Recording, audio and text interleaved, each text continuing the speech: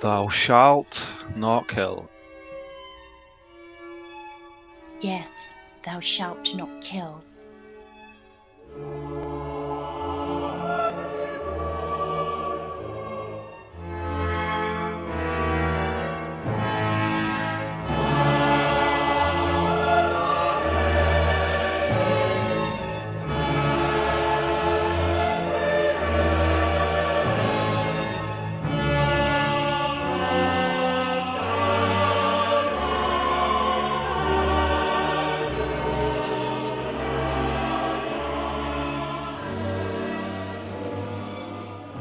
So the burden of guilt weighs heavily, right? It weighs heavily on all these executioners. I'm sure it does. And it's not just the actual killing, it's the whole process. And when I look at the process, when I watch this documentary and a few associated documentaries with it, when I look at the process, it's all so barbaric. Just, you know, the word barbaric just is there in my mind. The whole thing is, even though they conduct themselves, you know, with a certain code of conduct and some dignity, but they try and place dignity around the whole process, you know, walking the prisoner to the death chamber, right? The death chamber, it's called the death chamber. You know, they walk them there where they spend I don't know, 2 or 3 days there to sort of, I don't know why, you know, prepare them, right? And the guard doesn't get too close to them. They keep a very, you know, emotional distance from them. You know, it's the final chance for families to come in and hug and kiss and say goodbye. You know, the whole thing, it's like this really, it's, I don't know what other word to use. It's like a sick ritual, you know? Yeah, ritual, that's the word I was thinking of, Yeah, yeah. yeah, and even the And the thing last like, meal and everything. I know, we'll cook you anything you want, you know? Ted Bundy didn't eat his, he didn't have an appetite. I don't think I would either. But yeah, the death chamber, and even the word death row, I was thinking about it earlier this afternoon. I'm doing a bit of research and I thought, that's just so horrible. It's so horrid, isn't it? Death row, right? You know, for example, I was thinking, well, you know, we kill animals to eat, part of the food chain, right? But we don't call it the death barn or the death factory, do we? We call it an abattoir, right? We give it a specific name, but we can't even do that with this. We call it, I guess we're calling it what it is, a death row, death chamber, you know, No but it's just subtlety at all, right? none whatsoever. Um, but let me ask you something, Rabid, about one of the arguments I heard about the abolition of the death penalty, or you know, not supporting prisoners being put to death, was within this documentary there was a couple who their daughter had been murdered, and they got the guy. He stood trial, and he was convicted. He was found guilty, and he was sentenced to death. Now the parents, there was a bit of an outcry, right? Because the parents did a press conference. You know how they do after the court, and the family can Yeah. speak about the trial. Well, they gave a small press conference and said that I think they actually addressed the governor, and it's the governor of the state that implements, you know, the law of the Yeah, death penalty. And I think they specifically addressed her and said that they weren't happy. They didn't want the murderer to be killed. They just wanted him to be. They didn't want him to be executed. They wanted him to have life without parole. And this governor lady got a bit of an attitude, and she said, "We actually enforced the correct punishment." the Right? correct. Yeah, I know, and this poor couple, lovely couple, you know, they nothing would take away their monumental pain. You know, their daughter's gone, she's murdered, you know, and they have to carry on and live the rest of their lives, with their Mm. sorrow.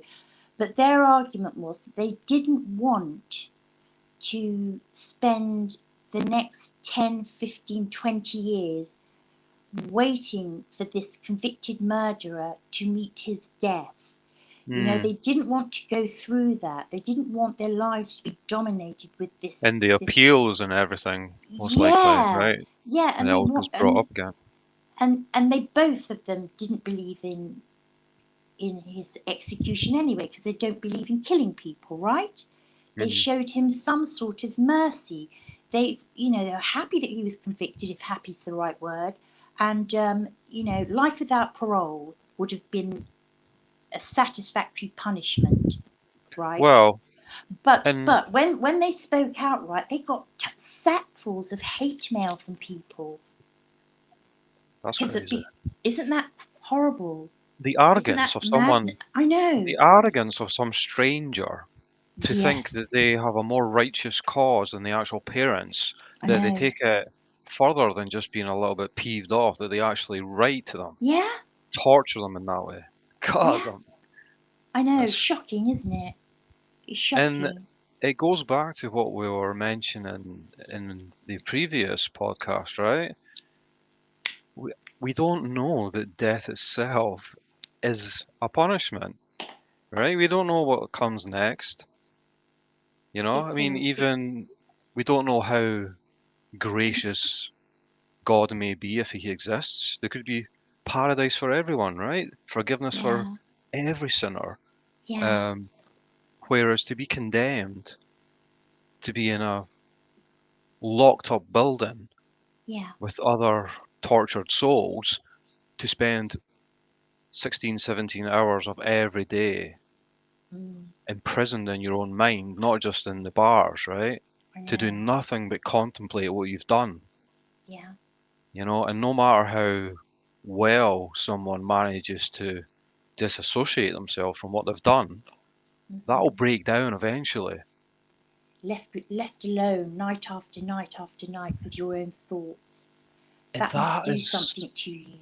and that's a You know, long time, I know, the I rest of your know. life, to be tortured like that. Yeah, you know, Even on that one argument, it's a no-brainer for me. Even if there's nothing after death, right? And it's just empty space. Is that not better than suffering for 50 years? yeah, yes. I agree with you. And also, punishment. You can't punish someone if they're dead. And I believe in punishment, right? I don't want to let these people off in any way. I don't think, I think life should mean life, right? No chance of parole, um, because that's the price you have to pay for taking someone's life. That is your punishment. And you cannot punish someone if they're dead. There's only one way that works, that it does make sense, and that is if there literally is a hell. If you believe in heaven and hell, that's the Yeah. only way capital punishment would really make any sense to me. How would you ever prove there's a hell You can't, or a heaven? It's just a can't. belief, isn't it? It's a very powerful It's belief. it's a I think hypothetical though, right? If hell I did think exist, then I can see the argument. I think heaven and hell are a state of mind. The power of belief, isn't it? I believe in heaven, as a beautiful state of mind. Nirvana, right? Nirvana, Zen, super Zen, bliss. Um, and so therefore I kind of believe in hell as a sort of torment and a torture, where you're racked with remorse and guilt, and you're tormented, right? You're tormented Mhm. because I think good will always overcome bad, always, and I think the soul knows that. Well, if you're like me and you believe that pretty much everything to do with organized religion is just solely a man-made construction. Hmm So the descriptions or the formations of heaven and hell, they're just metaphors for what you're describing, the heaven and hell that everyone suffers now and again or enjoys now and again, Yeah, right? yeah, That's all religion really is organized religion Yeah, yeah, of course it is. It's man-made, isn't it? But and the what? fear of death. Yes, yes. It's you could, if you were really skeptical, you could say that it's a manipulation en masse, isn't it? Right? You know, a tool. Religion is a tool for manipulation and control. You could argue that, couldn't you? I mean, that might be offensive to a lot of people who, well, definitely will be offensive to people who believe in God. But Hmm. I can entertain that argument, even though I do believe in God. You know. Well, Um, it's like a lot of things, it probably starts off with great intentions initially in its formation, but yeah. with all things, that involve human beings, they become Hmm. exploited, and anyone with power, eventually power corrupts. That's like a cliche that is It does. universally true, really. It. That's why communism never worked, you Yeah. know, because someone had to have the power. Yeah. There's always someone who wants to be in ultimate control. You know, Vatican City, this very opulent, private, almost secretive, right? It's almost secretive. I think it's the only official state all of its own within a country, That's right. right? It's kind of got its own. It's got its own rules, right? It's very It's It's got its very own army. it's very sacred, isn't it? It's got its own army, I think, Has or its it? own.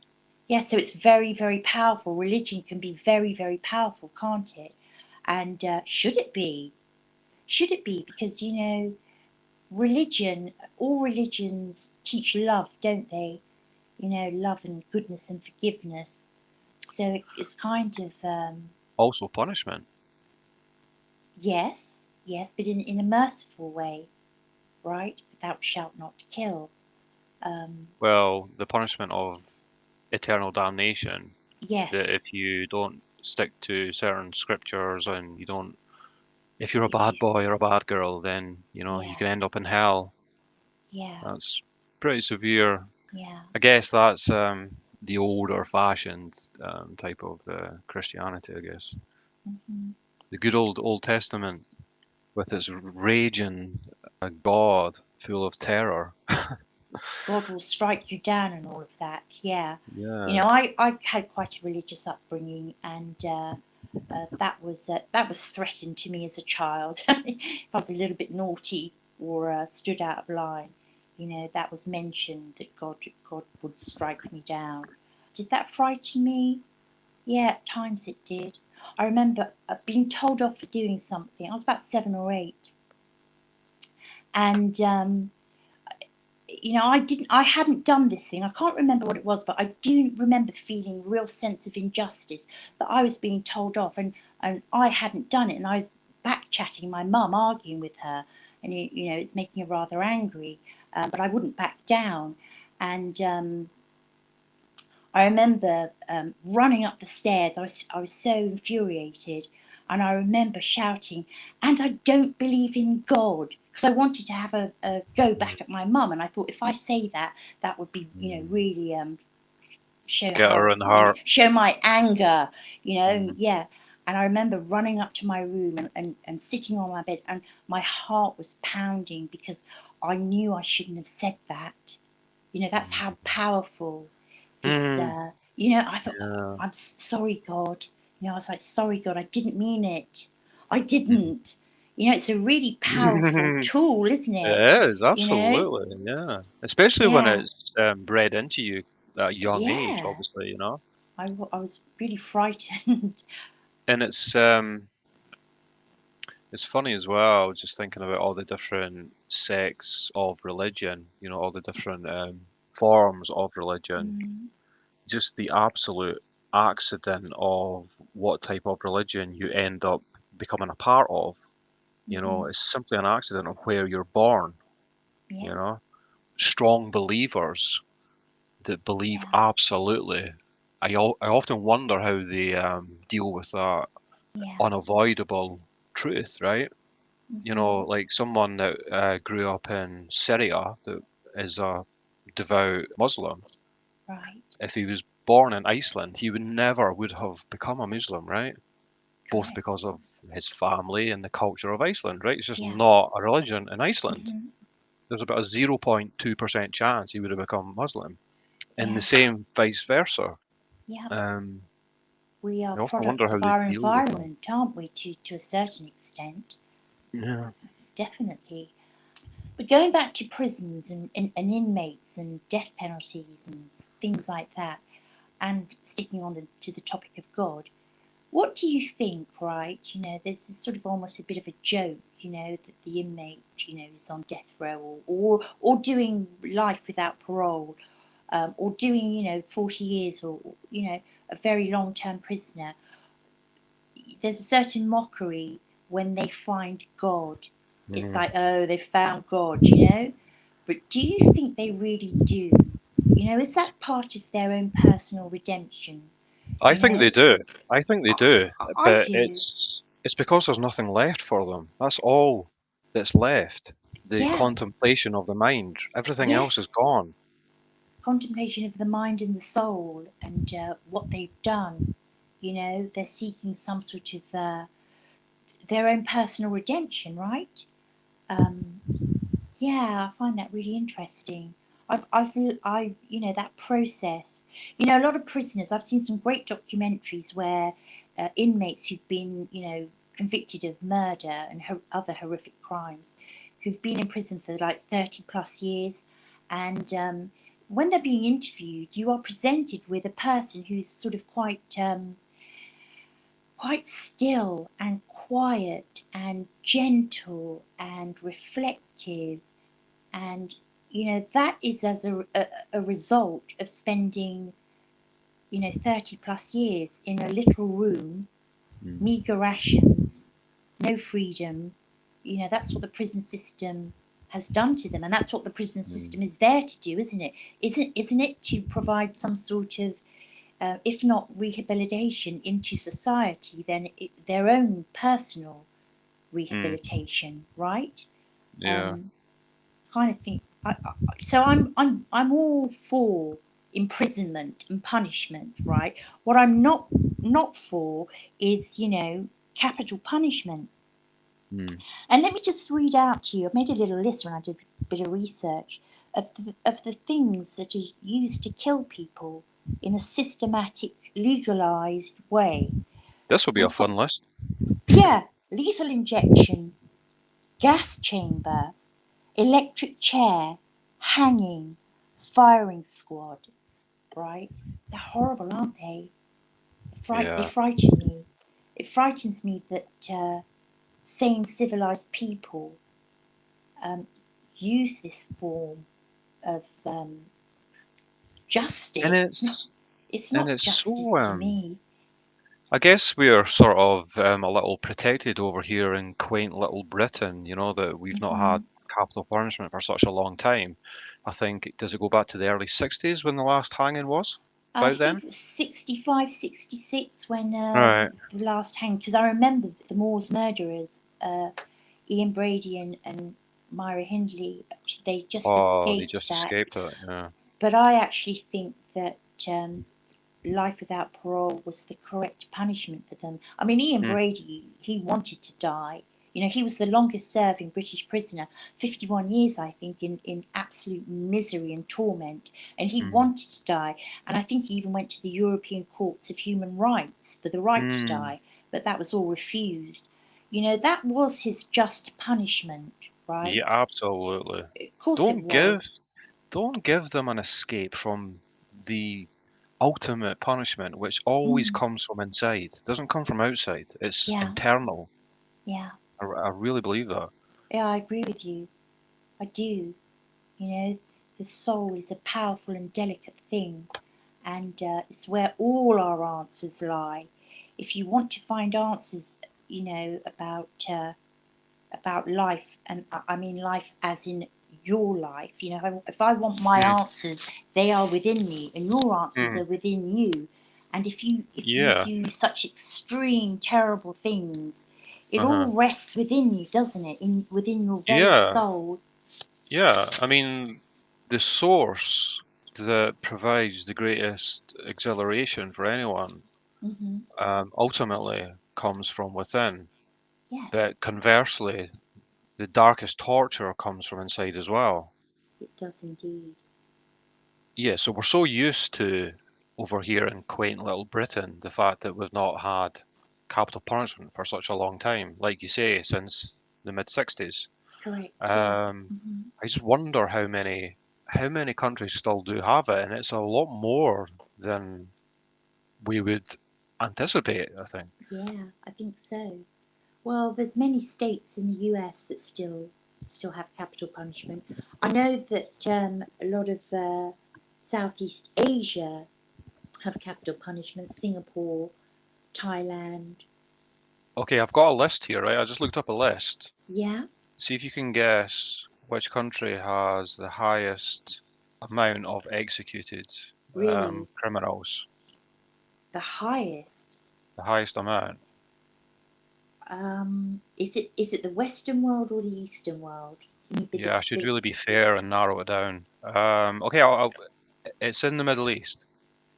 Saudi Arabia. Close, they're third with 64 last year. Okay. Iran is top with 353. Yeah, Second is Egypt with 82. yeah, Then Syria, Somalia, Iraq, Yemen, yeah. and then United States, then China. I know, it's horrifying, isn't it? It's horrifying. I remember seeing a photograph of Sharia law had just been reintroduced into Brunei, tiny principality in not far from Singapore, and I saw some footage of some children. Right, one of their forms of capital punishment is stoning someone to death. Right? Can you imagine that?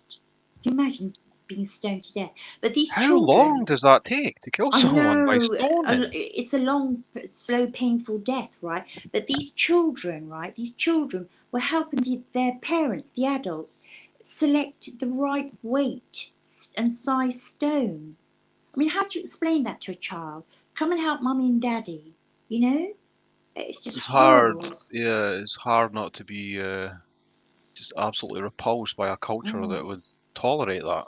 I know, I know. Do you We were know what? talking. We're sort of straying into kind of torture here, right? And do you remember I was bringing up one of the worst forms of torture I've ever heard about Right, from remind me, thousands of remind years me. ago. Yeah, Right, so it's called scaphism, right? But it's known as the boats, yeah, Boats, the boats. right. And this goes back to Persian times, and Ancient times, ancient ancient civilization times. times, right?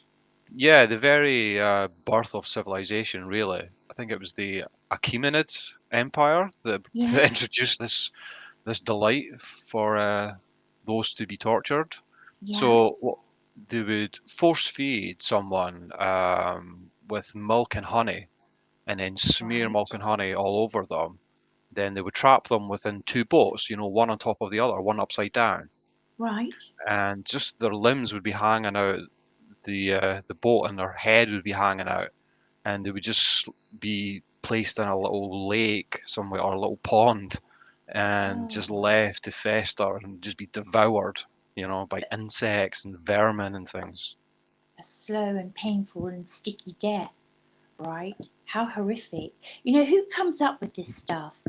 You know, we are straying into barbaric acts, aren't we? We are straying into torture, but it's because we're not because we like it. It's because we're horrified by it. Because Um, it's so I, unusual. I know, I know. It's like one of the Japanese uh, during the war, they would place a bamboo, up the rectum, right? Bamboo Oh my grows God. at a yeah, the prisoner who's been, deemed to be put to death would be tied to this bamboo, and bamboo grows. I think it grows at a ferocious rate, something like Yeah, it's actually six quite in strong, six isn't it, bamboo? 6 inches a day. Bamboo Oh my grows. It God. grow. Yeah, can you imagine? But who came up with that? You know what? The human mind can be Yeah. so. terrible. And do you remember we were talking about John Simpson, who we both love, the war Mhm. correspondent? Yeah. Do you remember me telling you about he did a piece from a Saudi Arabian Oh court? yeah. It's just petty crimes, theft, and I don't think even murder was on the list. But he went after he did his piece. He went through the back door of the court, and just as he stepped outside, he noticed that there were 3 left feet that had been amputated just below the ankle. You know, how can you do that? How can you It's do that to almost someone? How can you, as a punishment, say, right, yeah. we're going to chop off one of your hands or one of your feet? Yes, and he was absolutely shocked and horrified and repulsed looking at these 3 left feet, ready for Unbelievable. disposal. Who Yeah. I does mean, that?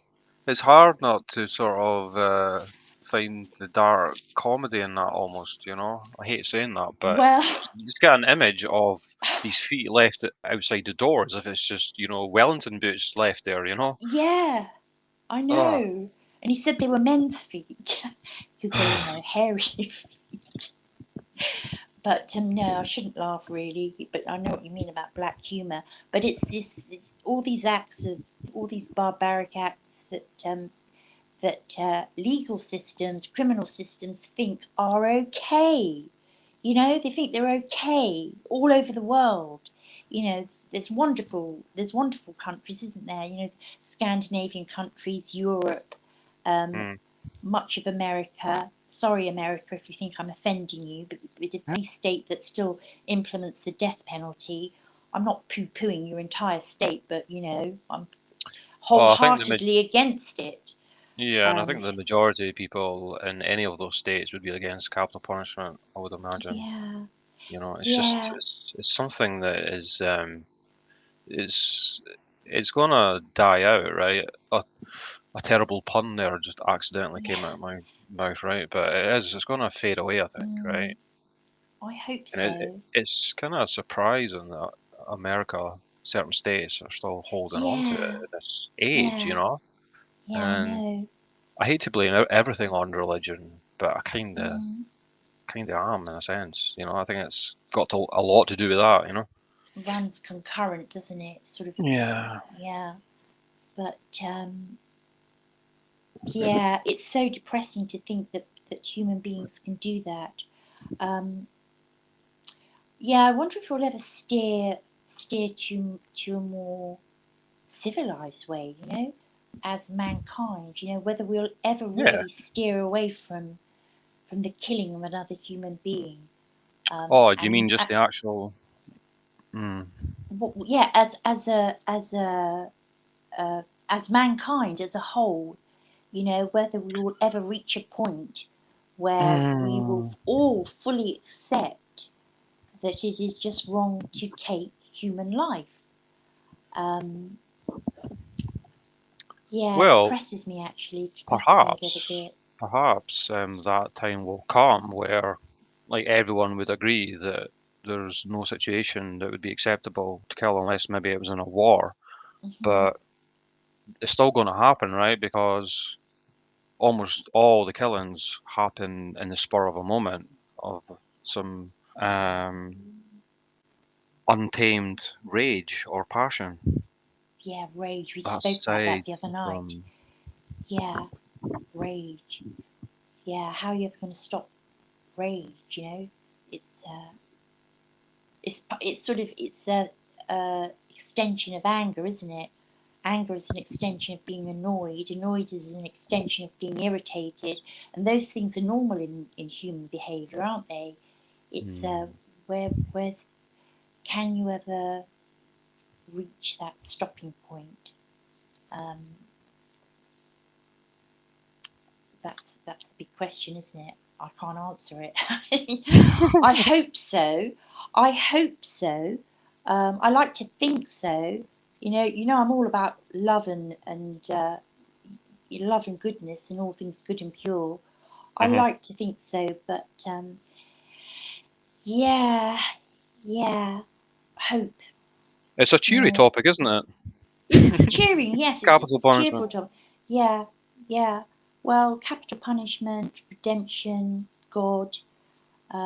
We'll have to have a super duper conversation about God. Do you believe in God, Rabid? Yeah, definitely. Do you believe? Let's just do a quick precursor on that then.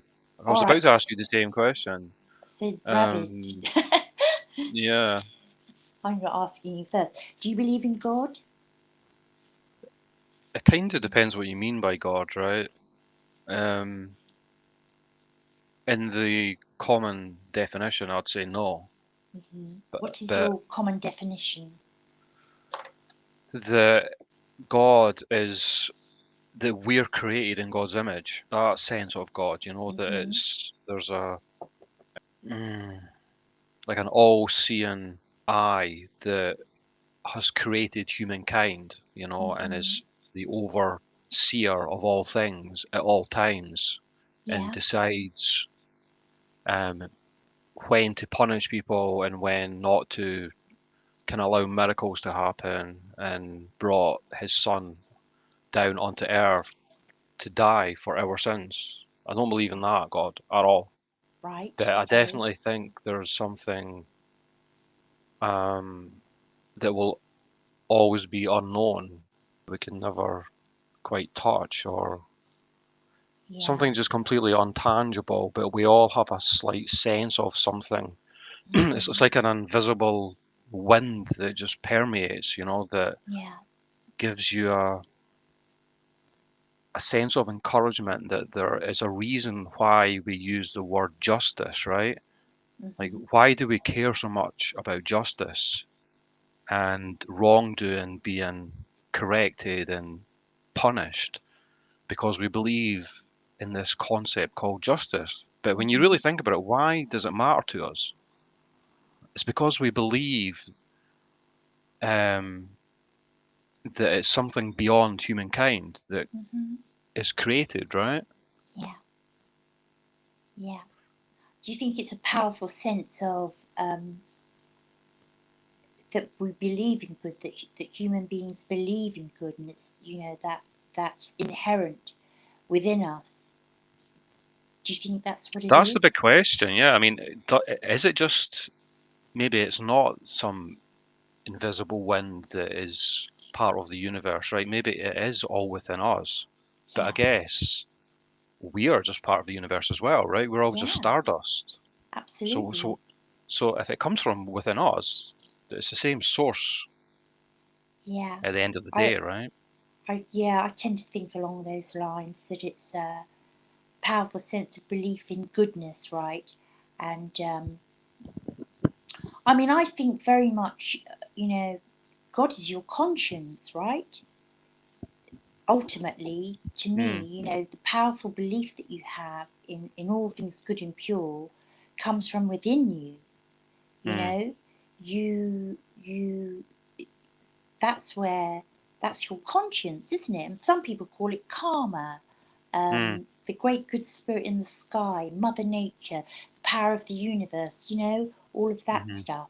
Um, Yeah. that to me is how I interpret God, and Hmm. ultimately it is from within you, right? And I think that's a good thing, because I think every human being needs to take responsibility for for their own life, how they conduct themselves, how they treat other people.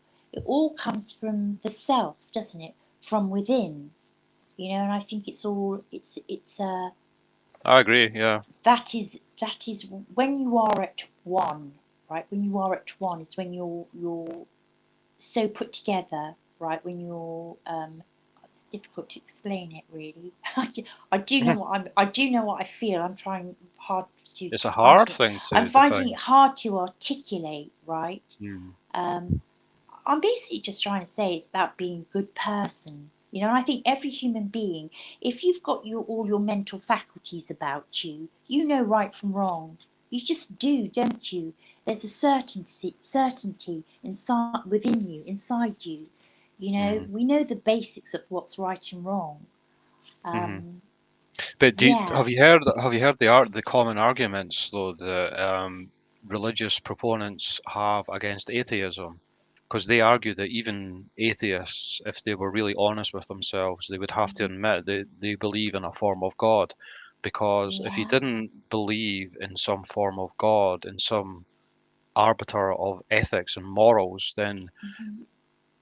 we'd all just go out and act like lunatics, like raping and killing and pillaging Yeah. because we didn't believe that there was any ethical Good. judgment, Yeah. you know. And Yeah. I don't, that doesn't work for me, No. you know. No, not for me. I think there is something.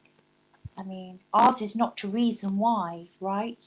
You know, there are some things we're not supposed to know, right? Just because we can't fully articulate it in our, you know, there's a greatness to the universe, you know. Just because you don't understand it doesn't mean it doesn't exist. Just because you don't know it doesn't mean to say it doesn't exist, right? A little knowledge is a dangerous thing. Um, it's true, isn't it? You know, you think you know a little bit of something doesn't mean to say you fully understand it. Um, so I'm kind of I'm good with believing in God. You know, So would you answer that question yes or no then, or would you have kind of a do more I believe in God? Yes, murkier answer?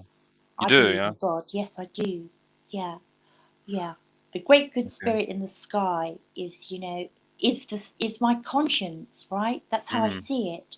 Yeah. It's, you know, that aligns with the universe to my way of thinking. You know, The, it's the the best way, the best way I can really nail how I feel about it, I think, is that I don't believe that everything we see and touch and mm, the earth and the universe and the stars and just the infinite endlessness of it, I do not believe that that is just there for no reason at all. yeah, I yeah, cannot fathom that. yeah. I Um, know. Infinity and exists, doesn't it? and when you think about it, in life, nothing is ever really wasted. If you start contemplating things like life after death, we all want to believe in that, or most Yeah, people do anyway. yeah. But if you think about it, nothing is ever wasted. It just transmutes in a different form, in a different form of Mm, energy. Like, in the autumn, the leaves fall from most of the trees, I and those know. leaves nourish the soil. I know. So the tree has a mini death in a way, and the Hmm. leaves die, but Yeah, the components, the constituent components of them, still remain in yeah. existence. They're just in a total different form, in an I know. unknowable form, and that's the kind of way I like to think about I know. life after death, right? Yeah. Um, That's all rather beautiful. That's how I like to think of things too. Um, hmm. it's true, isn't it? Earth to Well, earth, ashes to yeah. ashes, right? Even when a Um, star dies, that energy yeah, goes somewhere. It doesn't just evaporate into nothingness I know, because like I they know. kind of know that there's an overall total amount of mass in the universe, right? Like a certain unimaginable number with about eight Yeah. zillion zeros after it. I don't Hmm. know how they figure this out, I right? know, But it makes your brain hurt, doesn't it? yeah, yeah. I know, Einstein would infinity. know, right? Mm. But I remember, yeah, sorry. Yeah. that like the point is that amount of mass, Hmm. it doesn't diminish. I know. It stays the same value. There's a thing called entropy, right? Which just means that things, they just slowly over time decay and become more disordered, right? And Hmm. that happens in any system. From the point of zero to the end of time, there's little pockets where the mass comes together and creates something complicated. But overall, the whole system is slowly evaporating into a completely disordered state, Yeah, you know? yeah. But even in an infinite future of time when it's only protons that remain Mm. because everything gets separated right at the end of the towards the end of the knowable universe in time, Right. it's still the same amount of I mass. It's know. just infinitely I know. spread. It makes your brain hurt, doesn't it? I do think it's very beautiful to think of these things. I like my brain to hurt in that way, you know. Um, but yeah, Yeah, it's wonderful to contemplate these things, isn't it? I remember asking my dad when I was a little girl, where does the universe end, Daddy? And he Mm. said to me, right, come here. He said, see my hand? I said, yeah. He said, right. He said, right, the universe, right, it ends at my hand, okay? And I was like, yeah. And then he said to me, now what's behind my hand? And I just went, ah! You know, and I thought that was brilliant. I always remembered that because, yeah, what is behind his hand, Mm. right? You know, Yeah, infinity. it's like the concept of the Big Bang. Yeah, Now, they used to be convinced that it was simply just a Big Bang that came from literally nowhere, some quantum I crazy can't get my head fluctuation. around that. I can't get my head around. Right, so there was a big bang, but from what? Well, get your head around this, right? Time Right. itself was Mm, created apparently in the Big Bang, right? right. So there is no concept of before the Big Bang. It doesn't exist, that concept. Ah, And yeah. the easiest analogy to think about it is kind of like your example of the hand. If you keep walking north, Right. you eventually get to the North Pole. You can't go any further north. It doesn't exist. Mm-hmm. The concept doesn't exist in a three-dimensional globe. You Yes. can only go south at that point, Mm-hmm. no matter which direction you go once you're at the North Pole, right? Correct. Yeah. And that's the Mm-hmm. way to think about time, you know? It hurts. It hurts. I I think I understand. I don't know how we got from capital punishment and forms of Capital torture fun. to the concept of the beginning of the universe. Yeah, wonderful But though, eh? we got there. Absolutely wonderful. And it's just made me think, right? You know, the great physicist and another great thinker, Dr. Stephen Hawkins, right? Mm, You know, right? mhm. His theory of the Big Bang, he, you know, he's written volumes, hasn't he? Yeah. Um, just to end then, Rabid, on this note, you know, with all Mhm. his vast knowledge, the study of the universe, you know, when he came to the end of his life, he he he declared that he believed that there was some sort of God, that Oh, did it? there is a Really? possibility. Yeah, yeah, I know. When I read that, I thought, wow, he would be the last person, right? Because he's pure science, isn't he? Pure Yeah. science and logic and concrete evidence. But I just thought that was beautiful, Mm. you know, and yeah, God rest his soul. Another They always, fascinating character. yeah, indeed. And they always claimed that Einstein believed in God, but he didn't. It's just because he used the term God doesn't play dice when he was Yeah, referring to some quantum mechanic experiment. I But think he was an Einstein. atheist. Yeah, but I think his world was a beautiful world. You know, the world he created in his imagination, right? You know, the fact that he didn't have to specifically recognize or acknowledge a one specific God um, supports my theory that we are our own personal God via our conscience, right? Yeah, Are you does telling that me make we're all sense? gods? You telling me we're all God? We're all gods. Well, I believe that Or Einstein's God? I believe that our conscience is God, right? Hmm. I'm Yeah. not sort of saying, does that make sense?